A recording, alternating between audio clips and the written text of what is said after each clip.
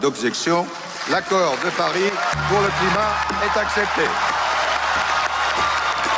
100 milliards de dollars par an, c'est le montant que les pays riches devraient verser aux pays pauvres vulnérables aux effets du dérèglement climatique. Cette décision, prise lors de la COP21 de Paris, a été saluée par de nombreux acteurs. Mais à ce jour, presque 10 ans après, où en sommes-nous sur le respect de cet engagement? Où est-ce qu'on en est? Je pense que les 100 milliards de dollars dont on parlait, certains rapports de l'OCDE disent qu'on les a atteints, donc même qu'on est au-delà des 100 milliards de dollars. D'autres rapports disent que non, nous n'avons pas atteint ces 100 milliards.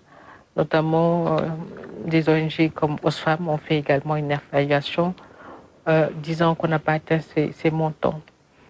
Ces engagements, même respectés, ne peuvent pas prendre en charge le préjudice environnemental subi.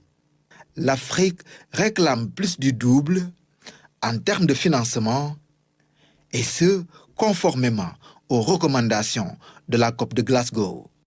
Si vous regardez au Sénégal, l'impact sur l'élévation du niveau de la mer, l'érosion côtière, les pertes, en tout cas en infrastructure, si vous regardez les problèmes d'inondation, suite à cela, vous avez le coût de l'adaptation qui est de l'ordre de plus de 300 millions de dollars nécessaires par an. Il a été même retenu à la COP de Glasgow, qui était la COP 26, de doubler le financement de l'adaptation. Donc, tout ça, ce sont des défis qui montrent que les besoins sont croissants. En termes d'émissions de gaz à effet de serre, l'Afrique et les pays moins avancés, PMA, contribuent respectivement moins 4% et 1%. Bien qu'ils polluent très peu, ils sont les plus affectés. Pour cette COP de Bakou, le continent noir et les PMA comptent y aller en bloc pour réclamer à nouveau des financements. Donc, ces pays payent ce qu'on appelle le lourd tribut. Donc, cette notion de responsabilité historique, elle est là.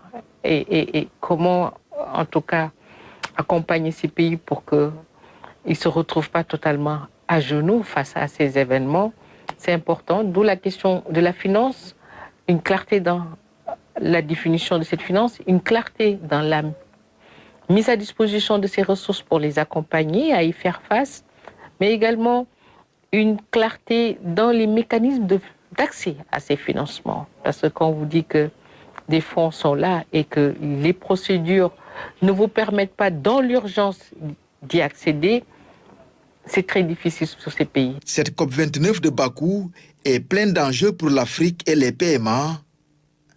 La délégation sénégalaise réaffirme son engagement aux côtés des autres pays victimes de ces dérèglements climatiques, le but étant d'arriver à la concrétisation des différents accords ou protocoles signés lors des différentes COP.